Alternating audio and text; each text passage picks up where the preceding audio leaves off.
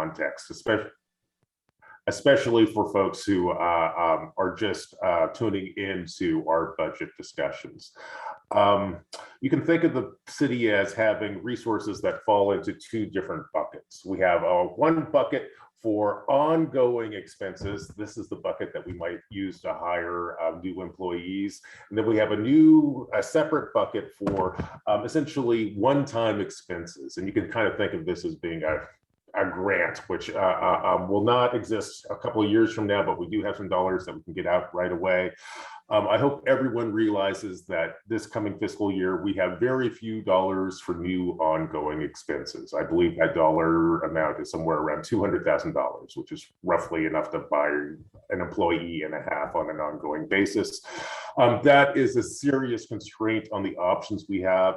The good news is we have significantly more resources for one-time projects. I think many of the projects that we fund this year will have to fall into that category. I hope that you keep that in mind as you dream about what we can accomplish in this next year's budget. I look forward to hearing your ideas and working with the community to build a budget that is right for Portland. Thank you. Thank you. Next, we'll hear from Commissioner Rubio. Thank you, and good morning, everyone, and thank you for being here on a beautiful Saturday.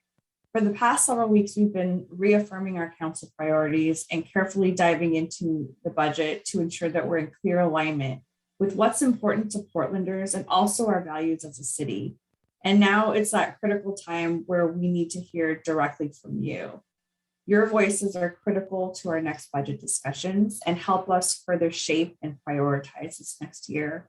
And we know that we're up against a challenging time as we emerge on the other side of the pandemic, but still our big challenges remain, and our priorities then also remain on houselessness and housing, community safety, economic stability and recovery, and for us also climate and racial justice and arts. So as we dive in further today, I want to thank you for caring about our community, for being here, for speaking your truth, experiences and priorities today, because we need them for the next set of deliberations. So we're here to listen and learn, and so that we can take action and move our city forward. So again, thanks for being here. Thank you. And finally, we'll hear from Mayor Wheeler. Well, thank you everybody for being here. Jen, thanks for facilitating today. And thanks to all the Portlanders who've joined us to testify or tuned in to listen to this session. And I realize this is a busy weekend. I want to wish everybody a happy Easter and Passover and Ramadan. We thank you for being here today and giving us your input. I look forward to hearing differing perspectives on how to best address the issues that are deeply affecting our city.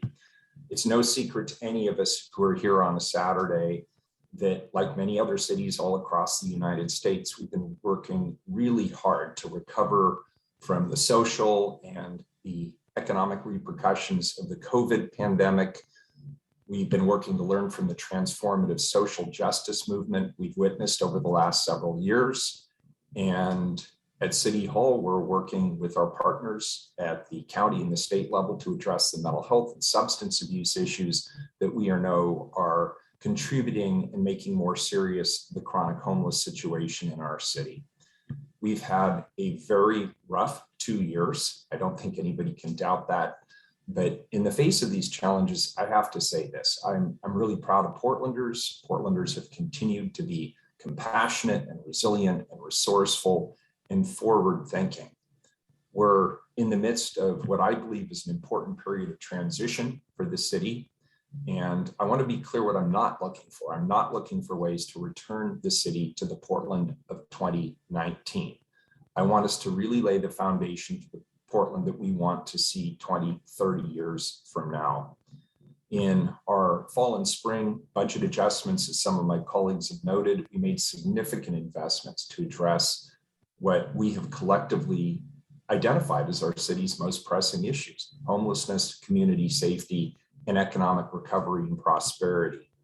We've been, and we should continue to invest in ways that lay a foundation for that Portland that we want to see in the years ahead.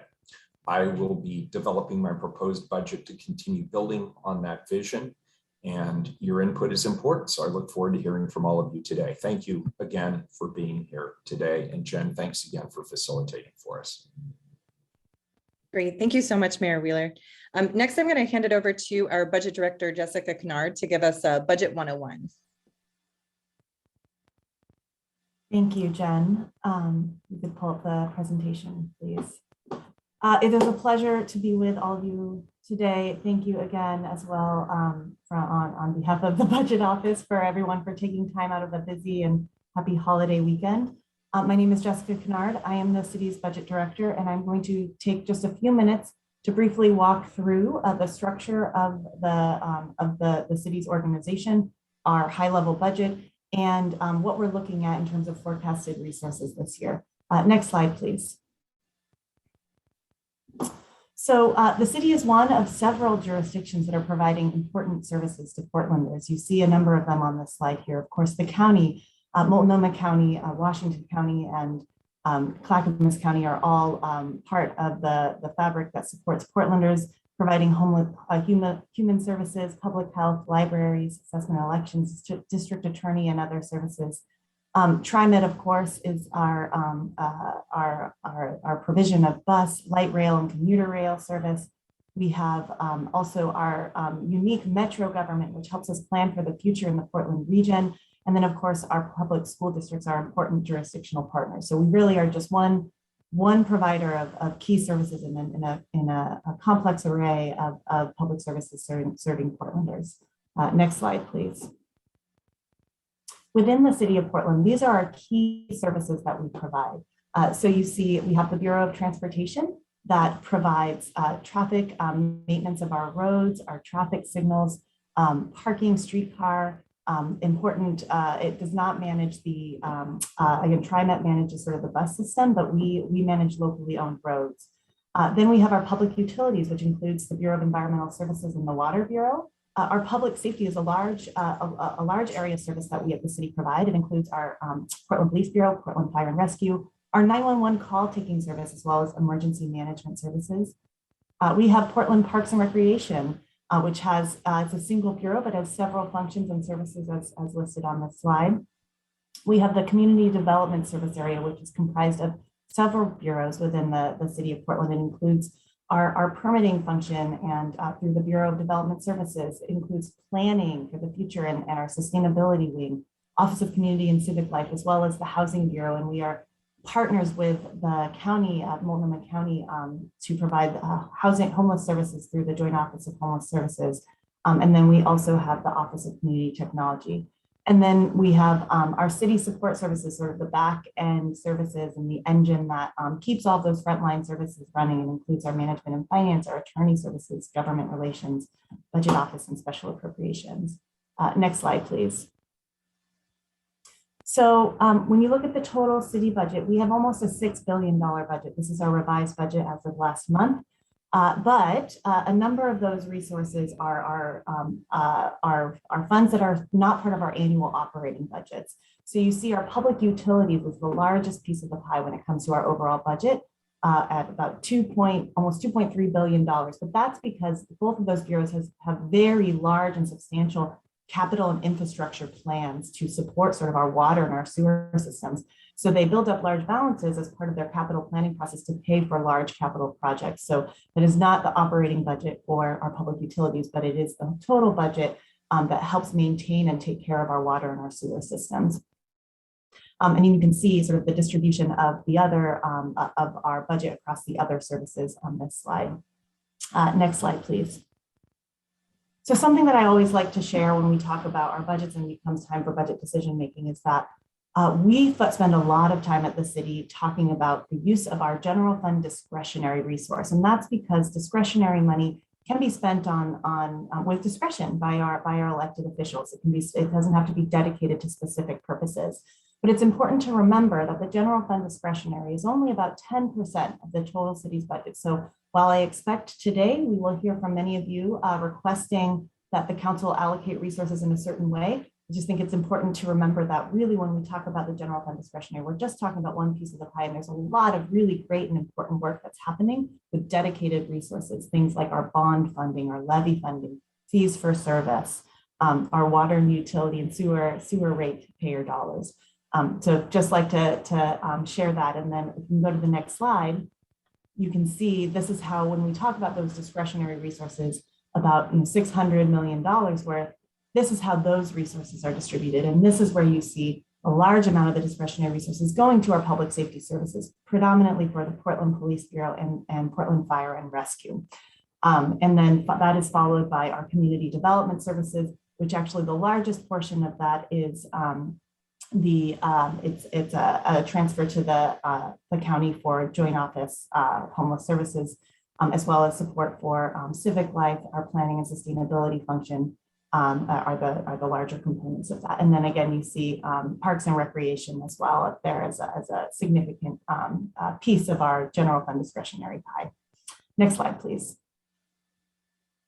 So Commissioner Mapps already gave a really great overview of our general fund forecast for this year, but just to make sure that everyone knows sort of where we're at in terms of available resource, I'll reiterate that we do forecast over a 5-year horizon for our general fund to make sure that when we allocate resources, if we allocate them for ongoing programs or needs, that we will have enough money to retain those services for at least the 5-year horizon. And so when we look over 5 years, we look at our revenues over 5 years, we look at our expenditures over 5 years. And if we have money that we anticipate to be available for all 5 years of that forecast, we call those resources ongoing. And those are the resources that are available to be allocated to things like ongoing people and programs. If we have resource that's available in the next year, but is not anticipated to be available over that 5-year horizon, we advise the council to only spend those things on one-time things, pilot projects, fixing major maintenance or other sort of capital projects, things that are not required to be funded on an ongoing basis. And so what we're looking at this year is, as Commissioner Mapps mentioned, around $200,000 in ongoing resource, so not very much ongoing resource at all. But we are looking at a decent amount of one-time available resource with $28 million. I will say here that the city has a financial policy where half of that one-time resource should go to our major maintenance backlog, funding critical major maintenance and safety investments in our transportation system for parks and for emergency response. So 14 million will be available as discretionary for council to spend, and 14 million will go to capital set aside. Next slide, please. We also are thankful that we have the opportunity to spend American Rescue Plan Act resources this year. So the city of Portland received last year as part of the American Rescue Plan Act, a total of $204 million. Council allocated $104 million in sort of a first tranche allocation last year. And in the blue letters on the slide, you can go to the website on the city's website to see how those resources were allocated by the council. And the council may choose to allocate the second tranche of $104 million of these federal resources in this process. And this is also a one-time resource. So we are looking at one-time expenditures there. Next slide, please. So that concludes sort of the brief overview of the budget. I want to be sure that we prioritize time to hear from all of you. But you can see here, if you would like more information, please visit our website. You may also email our office, and we look forward to hearing from you. I think we have one more slide that just says that there are more opportunities to testify. If you are watching from home and you'd like to sign up for our next listening session, please do go to our website and click on the link to sign up to testify. Next session is Monday, April 18th. That will be followed by a hearing on Thursday, May 5th. And then you can always submit your testimony via written comments on our MAP app or by sending us an email. So thank you and look forward to hearing from you, and I'll turn it back over to Jen. Great. Thank you so much, Director Kennard, for that grounding. The next session of our listening session is to listen to invited community testimony. So council office is connected with some community members to ensure that we're really hearing from a diversity of voices during this listening session. So our first testimony of this morning is dedicated to that invited testimony. And then following this, then we'll open it up and we'll hear open testimony from the public. So just to reiterate, you're going to have 2 minutes to testify. My colleague, Jeremiah, is going to be our timekeeper. And then also, if you look on your screen, you'll see blue sky timer. That timer is going to help you see, where we are in the process. So it's the same timer that you may have seen during council sessions. So when our timekeeper says time at 2 minutes, please just go ahead and conclude your comments. You'll be given another warning at 10 seconds after, and then again at 20 seconds after. And then beyond that, we'll just ask that you be muted and just conclude your remarks. If you're joining us by phone and you need to mute or unmute, you can use that *6 button to be able to unmute yourself. So I'm going to have my colleague Jeremiah will give us the names of and the order of who will testify next. Thank you. First three for today would be Brenna Bell, Bob Turner, and Chris Sturth. Brenna Bell, please go ahead. Good morning. My name is Brenna Bell, and I am the Forest Climate Manager for 350 PDX. Last summer, more than 60 people died from extreme heat. Many deaths were in neighborhoods that were 13 degrees hotter than those that had abundant tree canopies. And a warming climate will just continue to decrease the canopy and increase deaths unless the city acts quickly to reverse this trend. Portland Parks and Recreation is requesting $3 million to plant 6,000 new trees over 2 years in East Portland and other high priority areas. This is great, and it could be better. Portland also has to invest in the long-term maintenance of both new and existing street trees. The city knows it has to do so. It commissioned studies in 2009 and 2017 that both concluded that the only way to equitably grow the canopy is to have the city pay for street tree maintenance, not adjacent landowners. But what is missing is a clear mechanism for acquiring the funding needed for annual maintenance costs. So in this budget cycle, we are asking that you earmark $50,000 of ARPA funds for a study that evaluates various financing mechanisms for the city to assume maintenance costs for street trees. Only after the city has evaluated funding mechanisms can it begin the important process of including this responsibility in future budgets. And time is of the essence. Portland's tree canopy is in decline, and climate change is making it harder for new trees to establish and existing trees to thrive. This small shift in the budget would make possible a large, overdue shift in urban forest management, which is necessary to both build climate resilience and save countless lives. We hope you can earmark that $50,000 of the requested $3 million in street tree planting to figure out how to do long-term maintenance on a consistent basis to make sure that every tree planted is a tree that stays alive for the future. Thank you. Thank you, Brenna. Next, we have Bob Turner.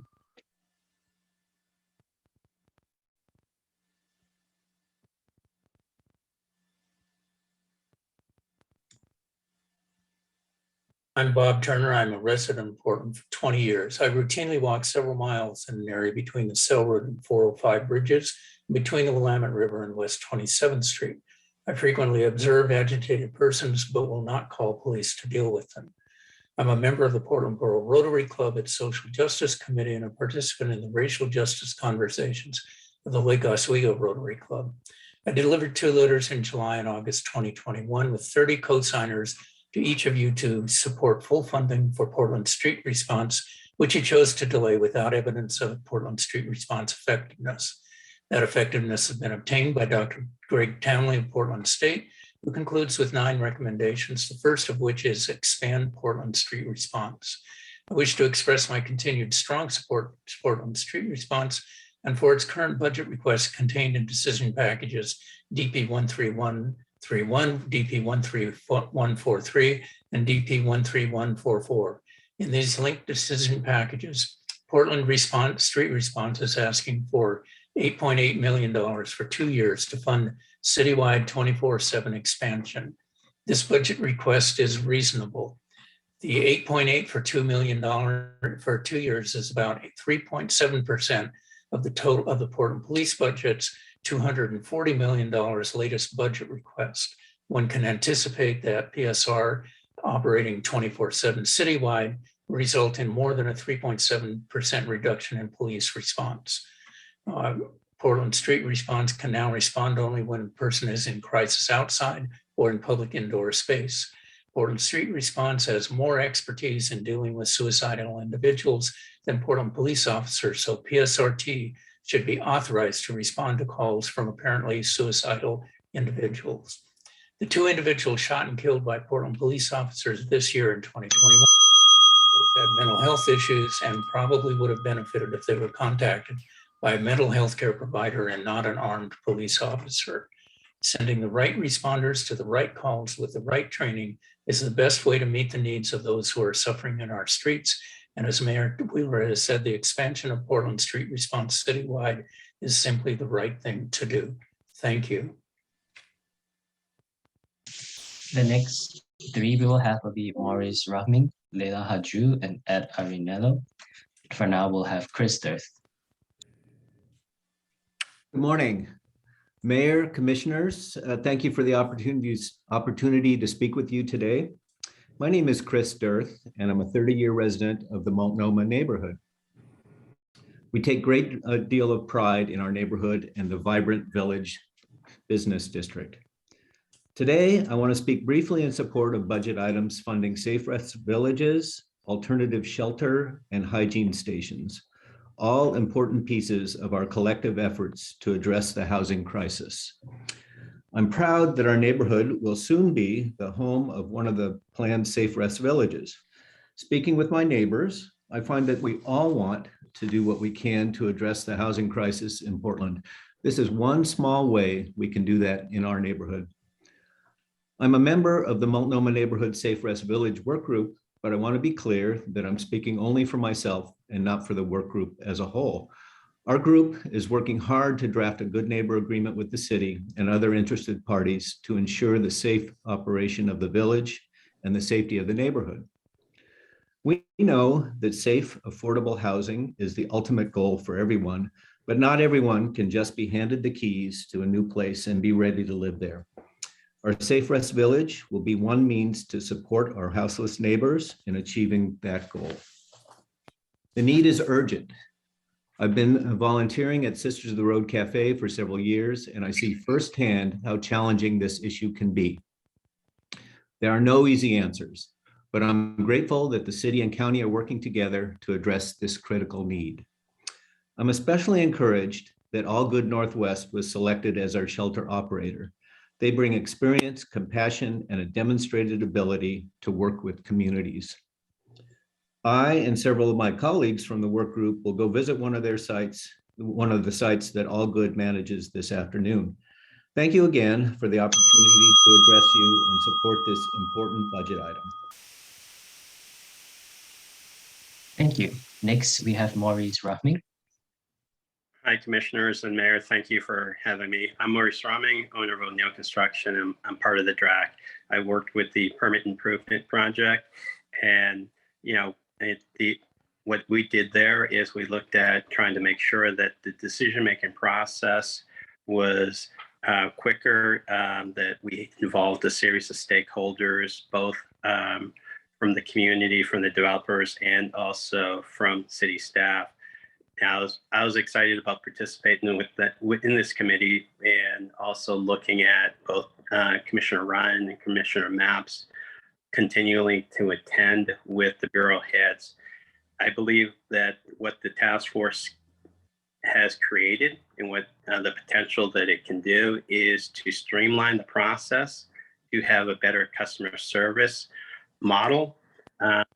We went through it. It was very intense as far as making sure that we did it right. One of the things that I am excited about with it is the input that we got from other areas to see what they do right and be able to incorporate that within our city. And just the engagement of the city staff. Yeah, I commend the staff, and I commend the commissioners on the willingness to change the process to make it work for not only the city, but also the end users, the developers, and so on, so that we can have a more vibrant city and be able to move this process forward in a more efficient way. I look at it as an investment and not an expenditure, because we are investing in a better way of doing things in the city, making it easier and more transparent for everyone involved. I don't think I need the 2 minutes, so I'll end it there, but thanks again, and look forward to supporting this. Thank you. Next, we have Leila Hadju. Hi, good morning all. My name is Leila Hedju and I serve as co-chair for the Coalition of Advisory Groups, or CAG. That is comprised of advisory councils that are community-based, and that includes African American, Muslim, Asian and Pacific Islander, Behavioral Health Unit, Latino, Slavic, and Training. We meet monthly with PBB for the past 2 years. In the beginning, we met every other week. CAG's mission is to strengthen understanding through communication support and, where applicable, collaboration among duly recognized police advisory groups in the city of Portland, enhancing their ability to act as an avenue for collective community input to the PPB and city leadership regarding policies, directives, and programs involving public safety. Our top concern is with shootings. From January through March, 390 shootings were reported, where 144 of them was in March alone. The Portland Police Bureau is down to a historic low of about 780 sworn officers, losing about 200 officers since 2020, and about 65 are planned to retire in July.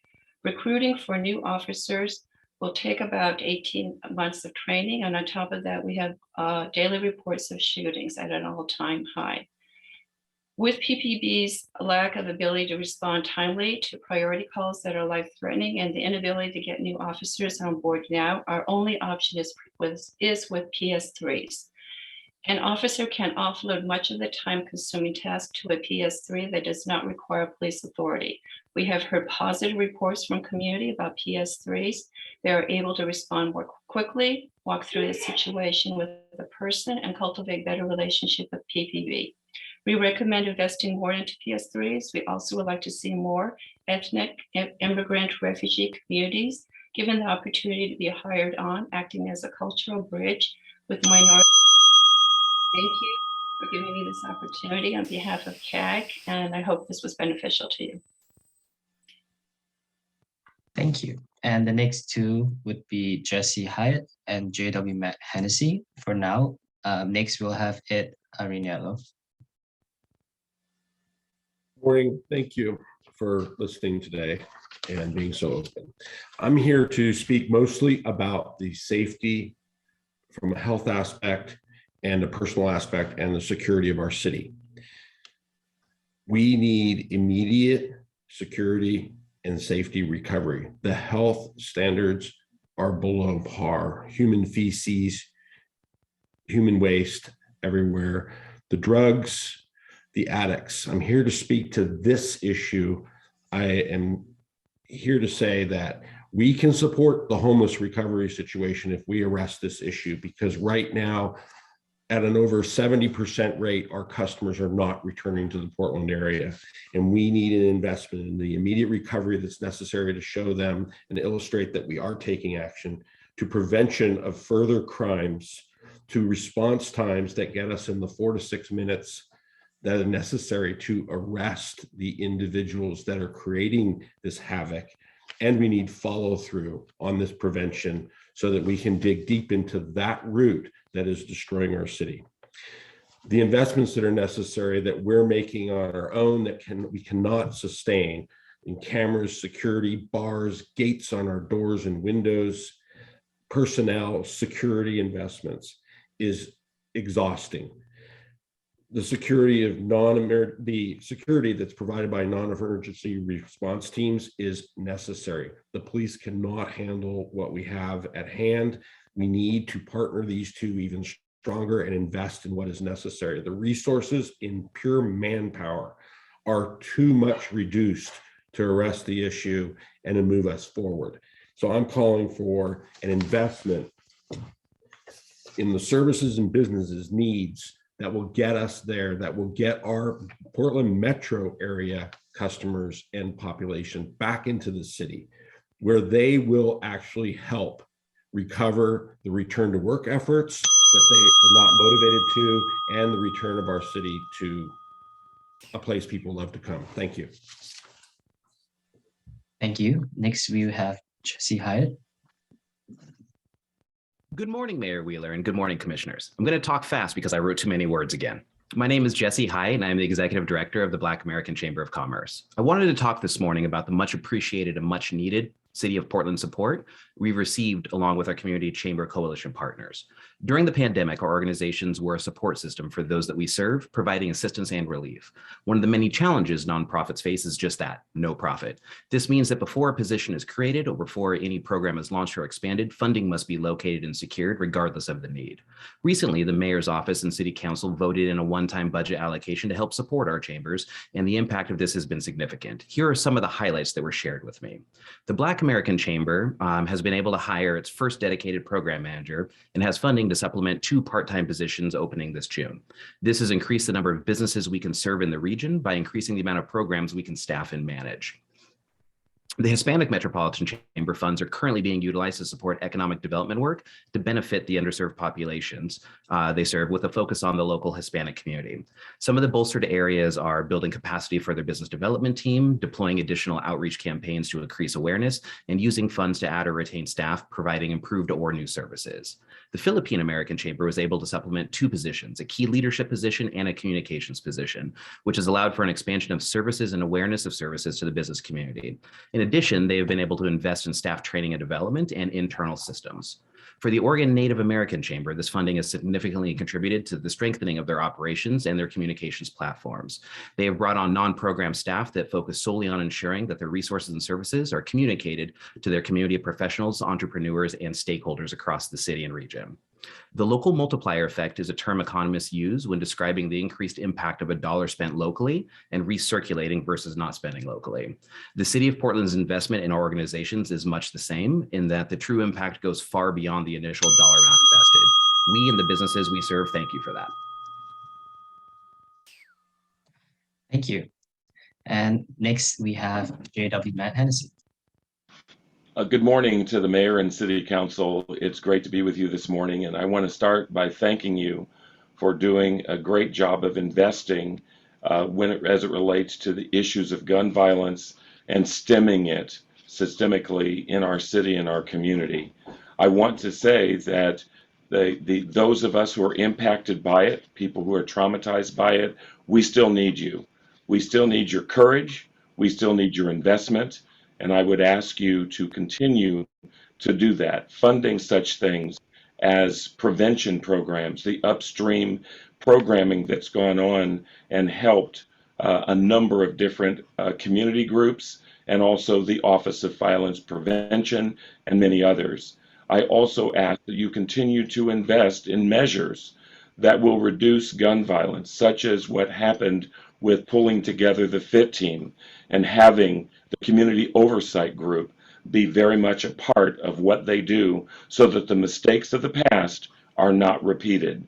And I think it's been great to see the work that has gone on there with the focused intervention team, the enhanced community safety team, and the ability for there to be investments in training to improve response, to look at your budget from a standpoint of what can be done with more sworn officers, but also non-sworn officers and mental health workers and street workers and people who work in the parks and recreation, and to do it sustainably.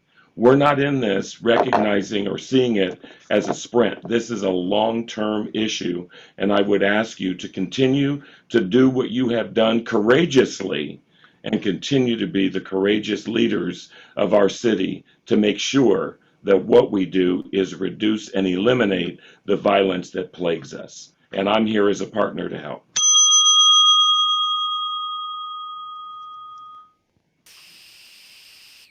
Wonderful. Thank you so much for all of our speakers. We are, very grateful that you came and provided your invited testimony. So thank you for this portion and our invited guests.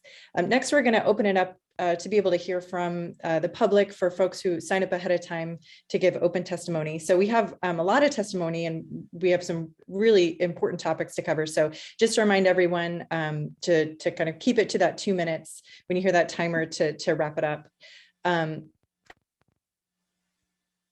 Respectful communication. We want to make sure that this is something that folks can listen to later and it's really fit for a general audience.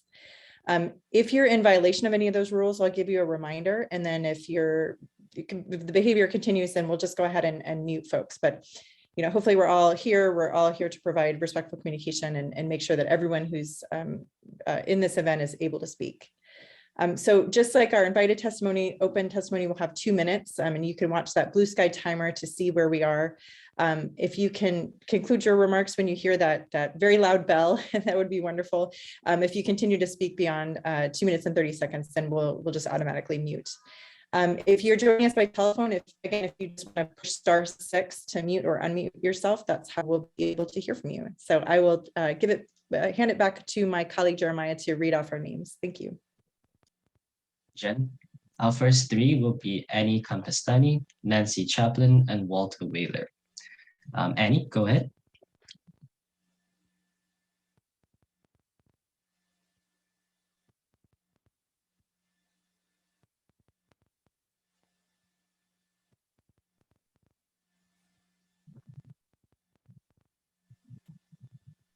Hi, my name is Annie Capistani. Portland needs to do more regarding carbon emissions. It is too late for small steps. We need big measures. The city needs to take concrete action to decrease emissions by 10% annually. And of course, that means the city needs to budget more money for this effort. Instead of wasting money catering to car users, the city should be making car use inconvenient and expensive, thus incentivizing people to use public transit, ride bikes, or walk. We do not need more freeways or wider bridges unless the extra space would be used for bikes and transit. They're not directly related to emissions. We should also spend less on the police and dedicate more money to rental vouchers for homeless people who are greatly impacted by extreme weather like this week's snow. Back to environmental impacts, the city should support Portland Audubon's land use proposals and policies, including increasing wetlands and blue carbon sequestration areas, finalizing the floodplain resilience plan, and increasing funding for greening and restoration projects.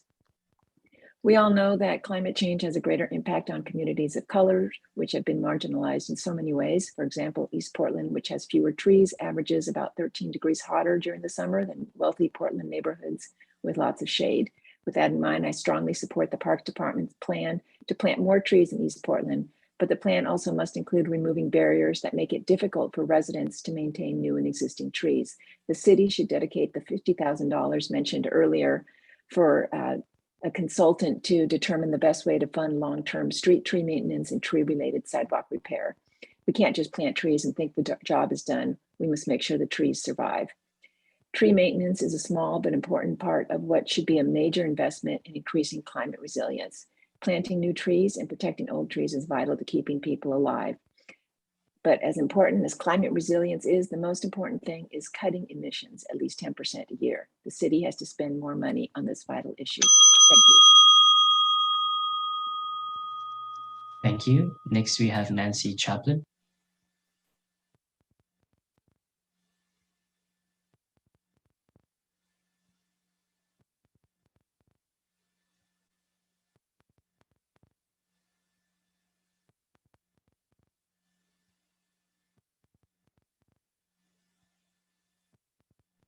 Hi, can you hear me? We can.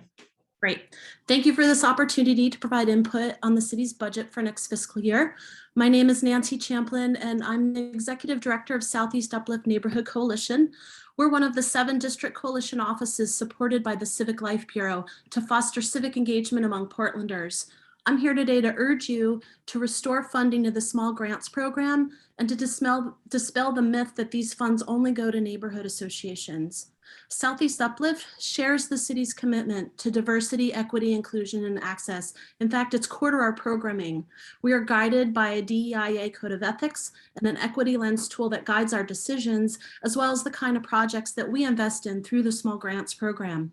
In March of this year, we awarded $61,000 in small grants to incubate grassroots ideas that address community needs led by and in support of our most marginalized neighbors. For example, the Equitable Giving Circle, a Black women-led organization that provides food to BIPOC families, sending care packages to elders, and distributing school supplies to youth. PDX Women of Color, that creates meaningful experiences and community for self-expression of Black and Brown women. The Unity Football Training Program that guides youth of African descent to create place and cultivate positive social skills through soccer. Educate Ya that eliminates the barriers that Latinx people experience in accessing healthcare during the pandemic, and Conscious Growth to support a speaker series that will provide a platform to showcase presentations from inspirational BIPOC and LGBTQIA+ speakers. $61,000 may not be a lot of money to the Civic Life Bureau budget, but it means so much to these organizations and the many others that bring forth creative ideas and caring ideas for how to support and engage the most vulnerable neighbors during this time of great suffering in our communities. Please support the Small Grants Program and restore it to the District Coalition Office's budget for next fiscal year. Thank you. Thank you. Next, we have Walter Whaler.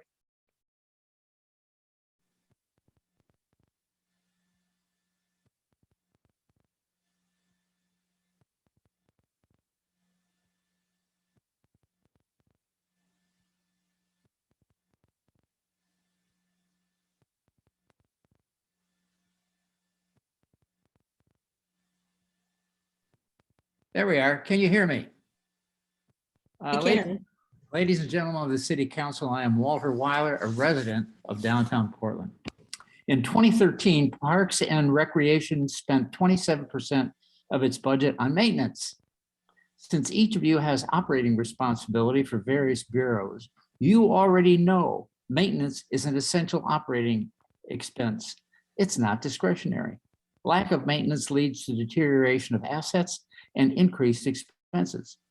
Parks currently is spending only approximately 21% of its budget on maintenance. And in its 2013 report, the City Budget Office criticized Parks for its maintenance plans.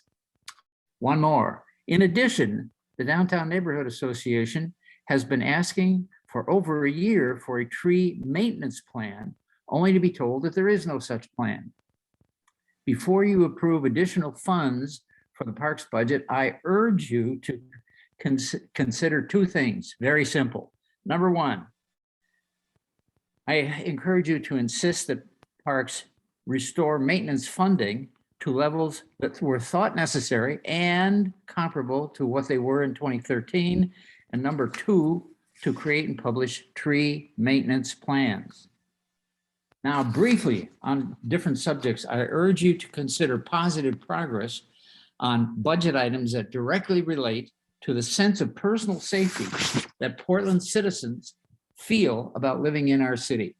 Number one, improve unreasonably long 9/11 wait times by adding 5 additional dispatchers and 2 quality assurance specialists. And B, unloading 9/11 call volume by expanding non-emergency 311 call funding. Second, and finally, improve the effectiveness and efficiency of our police force. Ladies and gentlemen, thank you for your time. It was a pleasure to be with you today. All the best. Thank you. The next three we have is Wendy Ram, Virginia Halaby, Kate Dixon. The first we'll have is Wendy Ram.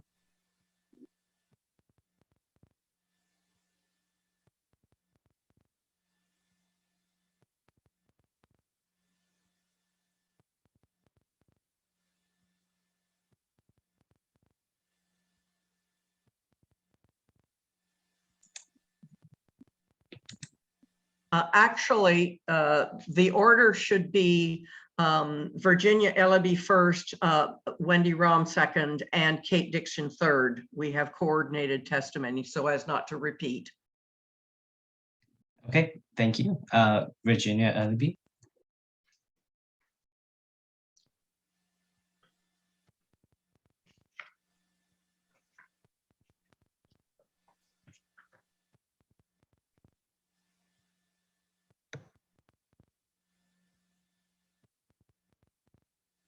Hello, can you hear me? We can, thank you. Great. Good morning. For the record, my name is Virginia Ellaby, and with the next two speakers, I'd like to address, just as Walter did, the question of the underfunding of maintenance at parks.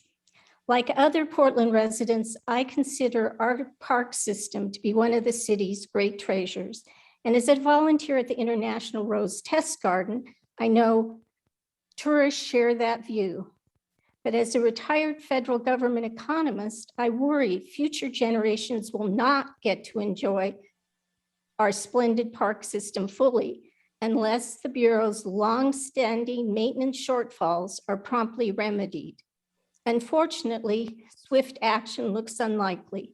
2+ years after Parks officials warned at a council work session that deferred maintenance could force the closure of 1 in 5 existing park assets by 2035, the Bureau has yet to unveil a detailed plan for unwinding its estimated 500 million major maintenance backlog. Not only has Parks policy response been lethargic, its commitment to preserving existing park assets appears half-hearted. Even as the park system has grown, the share of budget expenditures earmarked for maintenance of parks, natural areas, and facilities has dropped by 10 percentage points over the last decade. In contrast to the diminished emphasis on the maintenance of aging park assets, the Bureau has made full funding of maintenance at new parks a priority in recent years. A joint Parks City Budget Office memo last year, for example, I will turn it over to Wendy. Thank you. I'm Wendy Rahm. Allowing parks to wait until parks' sustainable future funding plan is finalized before moving decisively on the major maintenance backlog is likely to prove costly and risky. The Bureau's minimalist approach has contributed to a 50 million rise in the backlog since 2019.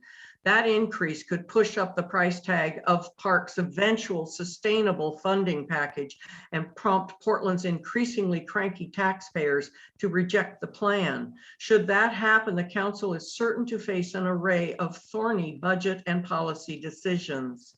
These are risks the city need not and should not run. To help diffuse these risks, council members should collectively insist the Parks Bureau treat maintenance of existing assets as a genuine policy priority rather than merely a rhetorical one.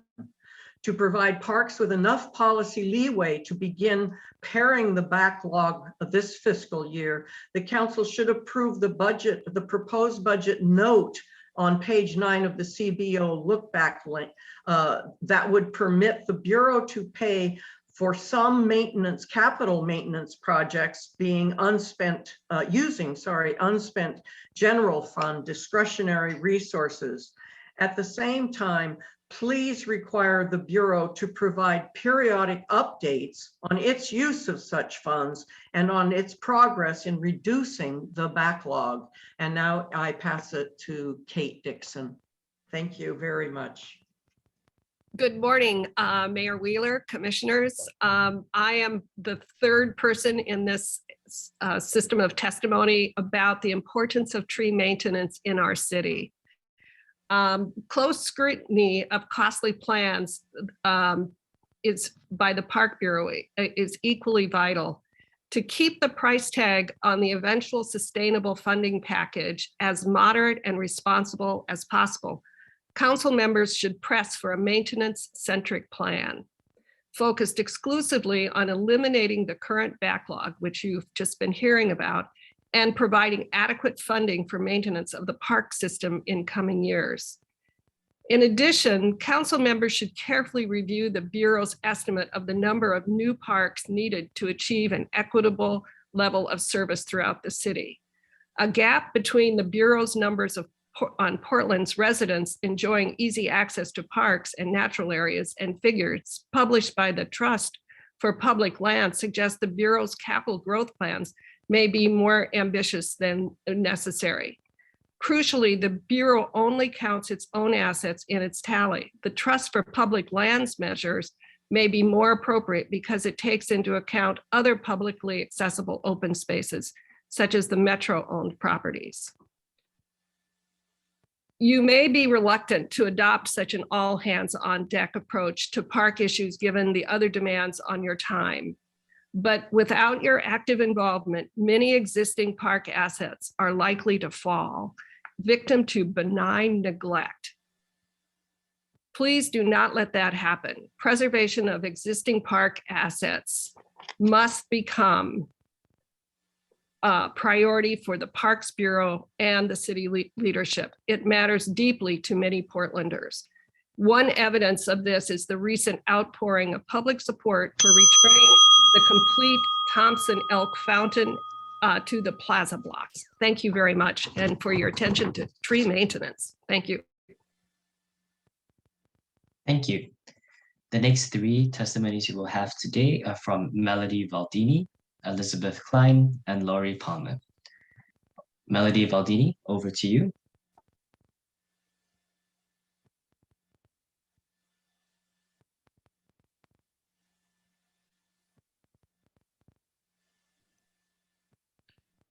Hello.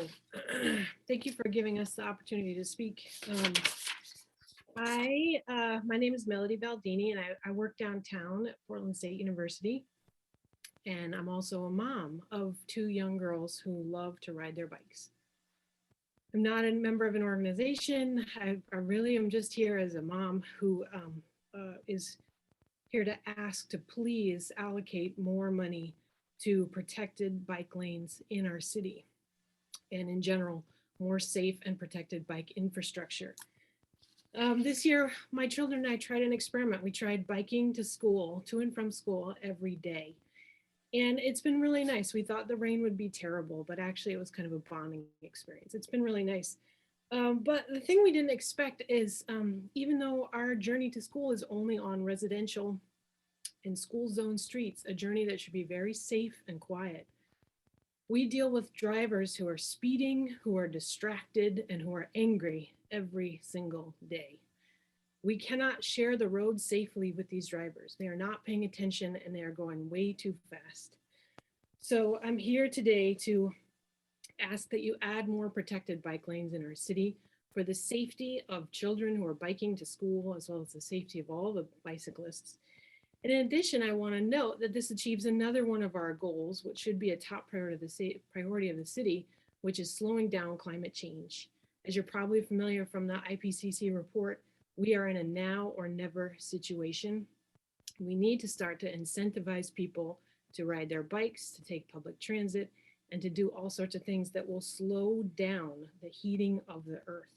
If we can make these changes quickly, then we can limit the heating to just 1.5 degrees. If we can't, then the outcome will be catastrophic.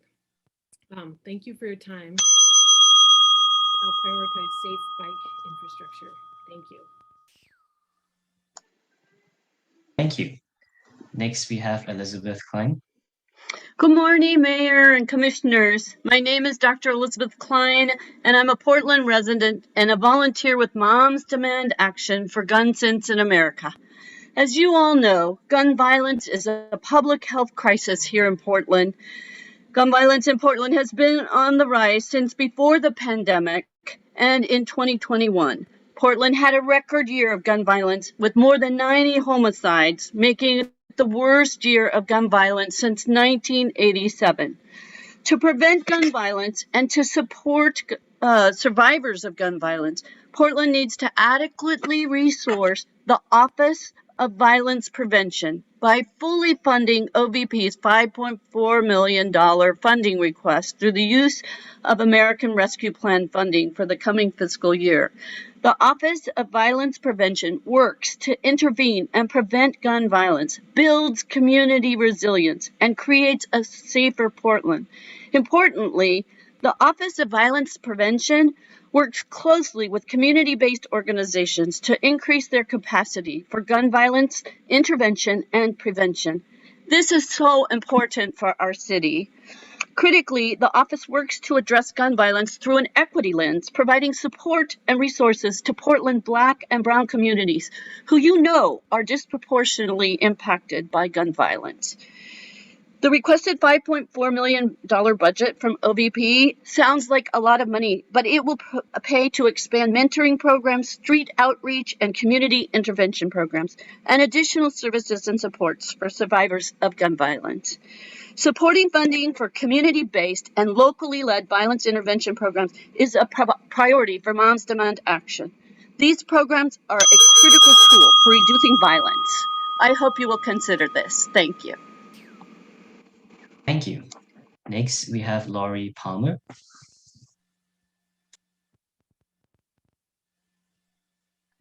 Good morning, everybody. I didn't know I signed up to speak, but I will speak. I am the founder of Go Get Your Child Community Violence Prevention Coalition. And I asked the City Council to continue the budget in the efforts for prevention for African American BIPOC community. That is the area that I'm working with. And also the park budget is very important. I plan on doing pop-ups in parks, so that budget needs to be restored as well. We got a violent problem here in Portland, Oregon, and we need all hands on deck, all finances on deck, all programs on deck. So continue your good work, and thank you very much for allowing me to speak. Thank you. The next three testimonies we will have today are from Michaela McCormick, Kathy Reese, and Diane Mason-Helter. First, we will have Michaela McCormick. Good morning, everyone. Thank you for your time. I'm here to talk about climate change. The United Nations Intergovernmental Panel on Climate Change report says that we need a major decline in carbon emissions by 2025. Accordingly, the city needs to have concrete yearly steps to decrease emissions by 10% annually. The city is currently budgeting a paltry $720,000 to address the underlying causes of the climate emergency. It is crucial that it commit sufficient funds to reduce emissions to the level prescribed by the IPCC. On the issue of transportation, particularly, transportation contributes 40% statewide to carbon emissions. The city needs to stop freeway expansions, electrify public transit and the city's own fleet, create infrastructure to support electrified vehicles, not allow TriMet to purchase additional diesel buses, and lower public transit costs, especially for low-income people. Also, the city needs to push at all levels of government for aggressively funding bicycle and pedestrian infrastructure, including funding and creating policy to retrofit all existing neighborhood greenways to meet the current standards of 1,000 cars or less a day. Expanding the Bike Town for All program to more Portlanders and fund outreach and encouragement programs. And finally, working with the state legislature to create income graduated bicycle traffic violation fines. Thanks for your time. Thank you. Next, we have Kathy Reese.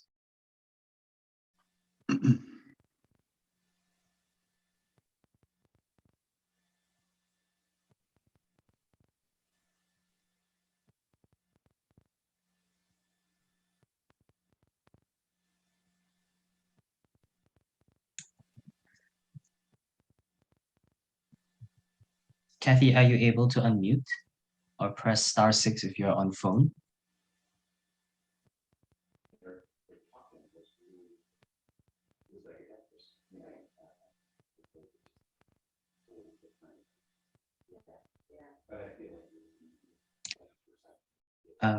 We will go to Diane Mason-Helter first. Can you hear me? Yes. You can. Okay, thank you. 2 years ago, Council declared a climate emergency, and yet we still have no concrete policies in place to substantially reduce emissions. Last week's IPCC report is clear. Emissions must decline no later than 2025, or we face unthinkable consequences. The city needs to come up with annual concrete steps to reduce greenhouse gases by about 10% each year. To do this, you must include more than the measly $720,000 slated for emissions reductions in the climate emergency declaration. The city needs sufficient funding for both decarbonization as well as climate resiliency, and the current budget proposals favor the latter as opposed to the hard work of actually quickly reducing emissions. There are plenty of action models, and the city right now needs to determine which concrete steps can be taken next year and then budget accordingly. The IPCC report lays out a roadmap for policymakers on what you can do and the solutions you need to invest in. If you'd listen to your qualified staff, the Portland Clean Air Protection Program, one of the first programs under the CED, was to put a price on carbon in a polluter pays model, but it never even made it to a vote due to industry pressure. Now scarce general fund monies are being requested to focus on education about the health harms of pollution without the incentives designed to actually stop it. The city needs to move forward on its own carbon shadow pricing plan and not cave to industry pressures. Living a block from Alberta Street, I can attest that the Healthy Business Program should not be considered emission reducing, as there is no guarantee that folks will not drive to these outdoor restaurant locations. The new BPS director should have experience in designing and implementing successful emission reductions policies, or better yet, create a new department with emergency powers charged with quickly implementing sufficient actions. As elected, you must lead and do the right thing, deeds, not words. Thank you. Thank you. Next, we have Danielle Maillard, KL Johnson, and KPTV News. Danielle Maillard.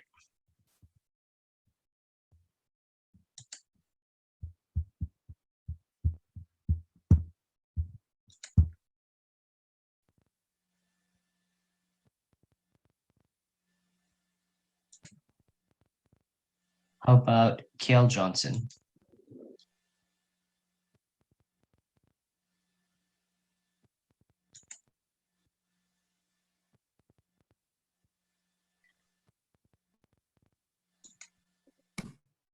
Jeremiah, sorry to interrupt. Somebody in the chat said they were having troubles with their unmute. Yeah. Kathy Reese, are you wanting to testify? Sorry, I saw your message and wasn't quite sure. I think Kathy said that she's not planning on testifying. She's just observing. And I think so actually there were a handful of folks that had signed up, but we're not seeing that they entered the room. So I think that actually concludes our testimony. Awesome, thank you. So I'll turn it back over to Jen. Great, thank you all so much for this testimony. It's wonderful to see this level of public participation on a Saturday morning. So thank you all for coming and giving your testimony. Next, we're going to move to having some closing remarks from our council members and mayor. So we'll start with Commissioner Ryan.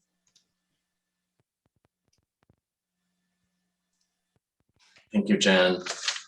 And thank you, Portlanders, for showing up on a Saturday morning on a pretty busy weekend, and many people are with their families this weekend. So I really appreciate it.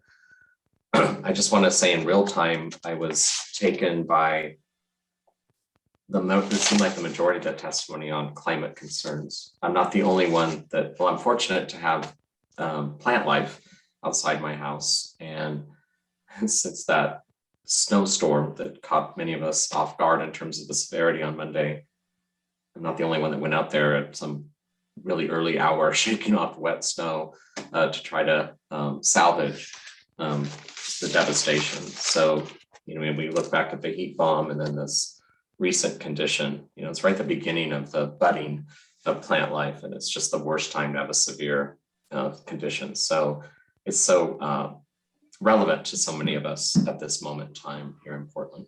So thank you for the testimony and for your passion, and also some very concrete delivery on what you expect from us.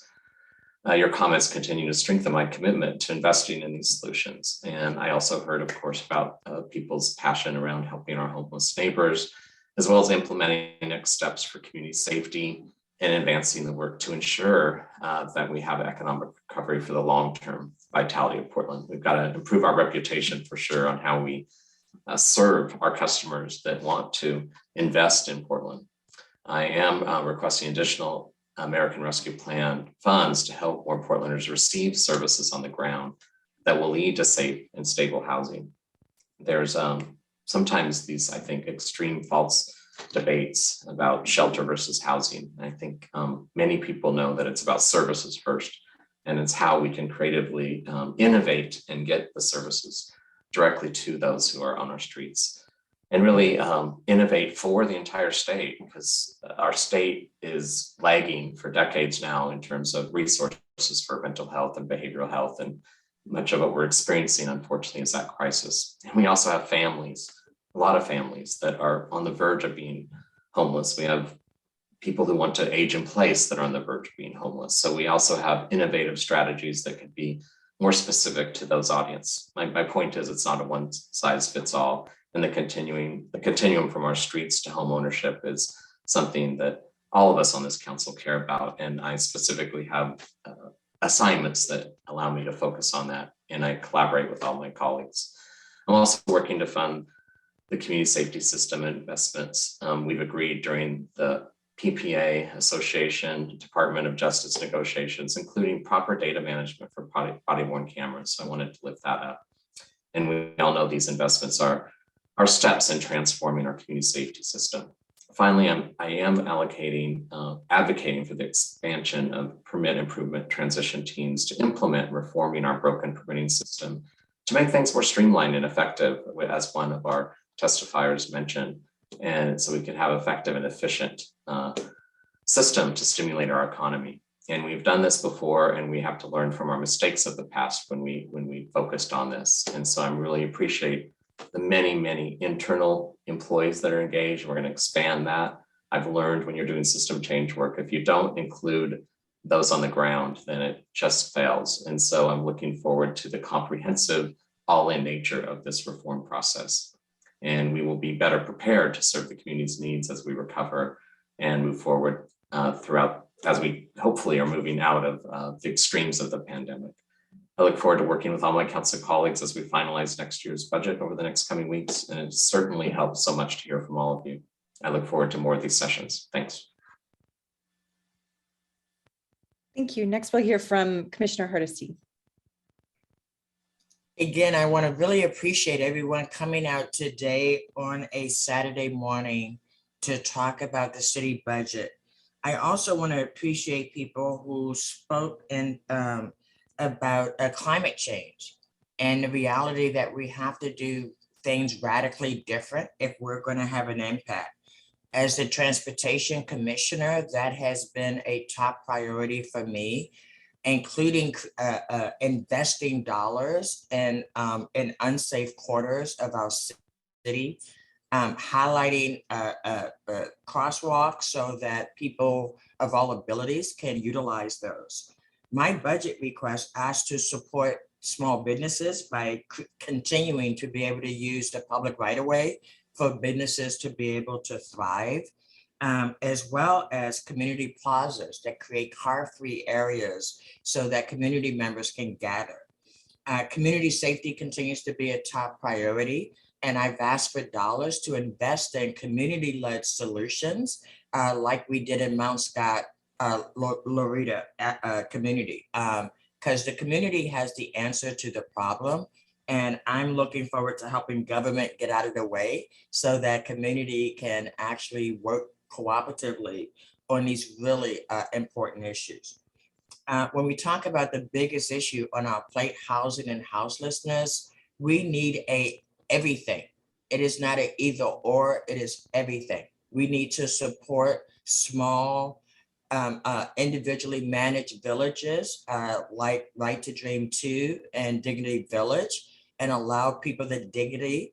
We need to actually allow people to be able to camp safely on land already owned by governments. We need to actually make sure that we're thinking outside of the narrow boxes that we've been stuck in for the last, for a long time. And again, I want to put money into the hands of small business owners who have been absolutely devastated, rather than in planning for what's possible for the future. we have community members that are just desperate for resources. I want to end by saying I also appreciate people talking about our parks. Our parks have a maintenance backlog, but just like parks, PBOT has a $4 billion maintenance backlog that started under the Honorable Vera Katz. And so I want to just ground people, and Commissioner Rubio and I are not just resting on our laurels.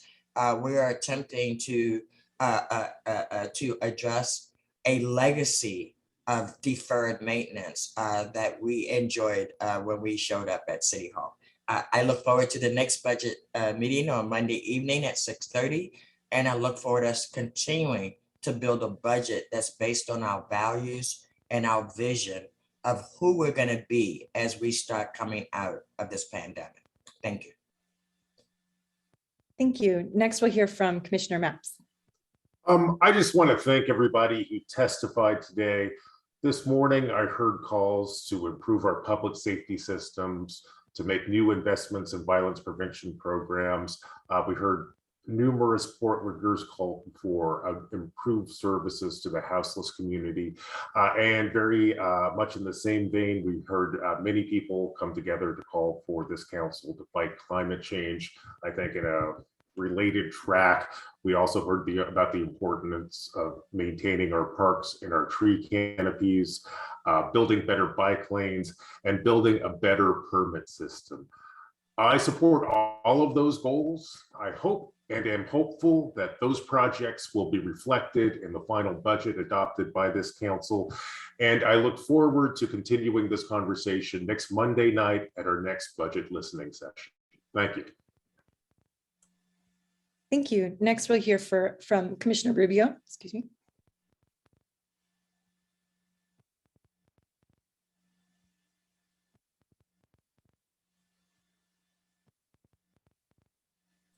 Commissioner Rubio, we can't hear you or see you.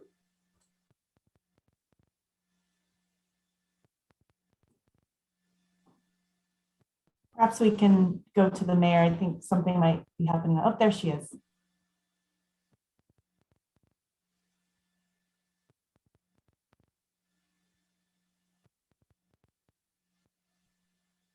Looks like she may be frozen. Yeah, I think she might have some technical or internet difficulties. Should we go to the mayor and then come back to Commissioner Rubio? It was a good frozen picture, though. Oh, there. Oh, is it frozen still? No, you're live now. Okay, you're frozen to me, but I'll go ahead. But thank you. I'm sorry about that. First of all, I'd like to appreciate Director Kennard, Jen, and the team at the City Budget Office for setting up a process that enables us to listen to community in our budget process. And I also want to thank the community who've testified today. This is my second year participating in the budget process, and I've been looking forward to these listening sessions because until a couple of years ago, I was the one providing testimony like you are at various budget hearings. So I'm clear about what my job is here, and that is to listen and learn and consider these voices in our decision-making. But the bottom line is we need to budget to the values that I know we hold and meaningfully engage with community as we do that. And a few things that I heard today that resonated are first, the support for tree canopy and also tree maintenance, continuing the work in government permitting efficiency, ending gun violence and increasing community safety, continuing the support continuum for our houseless community, which includes services, shelter, and housing, and also ensuring our business community has the support they need. Again, to continue neighborhood grants, safer and protected bike lanes and bike infrastructure, and then finally urgently addressing climate emergency through investment. And to those who testified on climate change and tree investments, these are both top priorities for me. And I greatly appreciate your advocacy and agree that we need to do more as a city. And I will continue to push to make our commitment visible through meaningful investment. But I also want to make it clear that we need to do this in partnership with community advocates, with private and public sector partners, so that no one is left behind and that we can make permanent gains in climate mitigation and resilience and not Band-Aid solutions.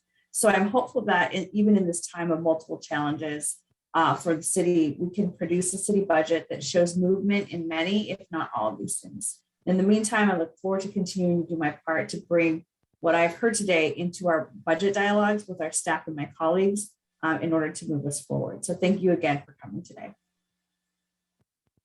Thank you. Appreciate that, Commissioner Rubio. Next, we'll hear from Mayor Wheeler, and then I will just conclude with another plug for our next listening sessions. Mayor Wheeler. Good. Well, thanks everybody for testifying today. I appreciate you coming out on a Saturday, and I especially appreciate your time, your feedback, and your thoughtful suggestions. I wrote down many things that people had specifically mentioned, but sort of the three broad buckets that I saw here. The first was around safety, and particularly around gun violence, and making sure that we supported the Office of Violence Prevention and community-based strategies to engage people who are impacted by gun violence. I heard a call for more police. I heard calls for alternatives to police, including enhanced Portland Street response, as well as an enhanced 311 non-emergency system to deflect calls from the police to other first responders who might be more appropriate.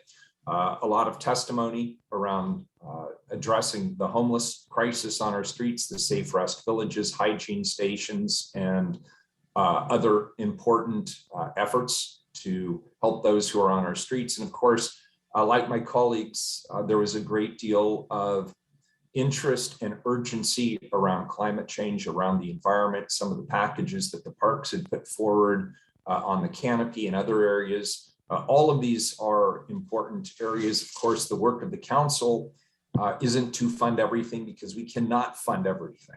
And so it's really about prioritizing. And so the more we hear from you about what your priorities are as a community, it is our job as elected officials to be responsive to those needs. I also just want to be clear on this point of scarcity, that I need to put the dose of reality here, because the proposed budget will not please everybody. There is a scarcity of resources that we're working to allocate for this coming fiscal year. And just to give you some sense of that, again, I want to go back to the slide that Director Kennard put up. We have $200,000 of projected new ongoing revenues for this next fiscal year. We had very little carryover from last week's spring budget session. At present, we've received between 2 and 4 times the forecast available resources in terms of the proposals that you've seen. There's about 200-ish line items, and not all 200 of those line items are going to get funded, because we simply can't print money like the federal government.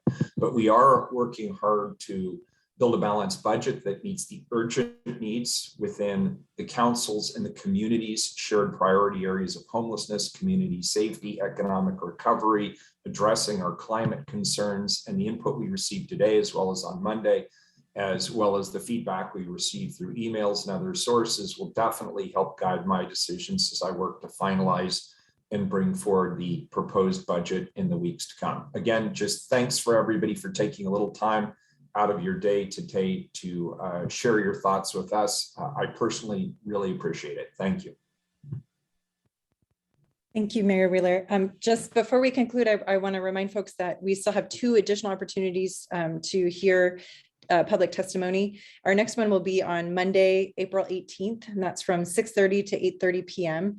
And just a note for that Monday session, there is a deadline on Monday at noon to sign up to provide testimony. So if you can go to the city website, again, that's portlandoregon.gov/CBO, and sign up to provide additional testimony, that would be wonderful. We want to hear from more folks during that session. And then there will be an additional session on Thursday, May 5th from 6:30 to 8:30, and that's the mayor's proposed budget hearing. And so you can provide testimony at either of those events. If you want to provide written testimony at any time, you can do so on the city's website. Again, that's portlandoregon.gov/CBO, or you can email testimony directly to budgetcomment@portlandoregon.gov. So we are looking forward to hearing from folks on Monday, and Mayor Wheeler, I will hand it back to you. Yeah, first of all, I just want to thank you, Jen, for doing a great job of moderating today. You're very organized and thoughtful, and we appreciate that very much. I want to thank Director Kennard and your budget team for walking us through the details of the budget process and making sure we get all the I's dotted and the T's crossed. And the unsung heroes at Open Signal who show up and make all of this technology work for us in an era of Zoom. So thanks to you good folks as well. Most importantly, thanks to everybody who testified today. So colleagues, with that, there being no further business, we are adjourned. Thank you all.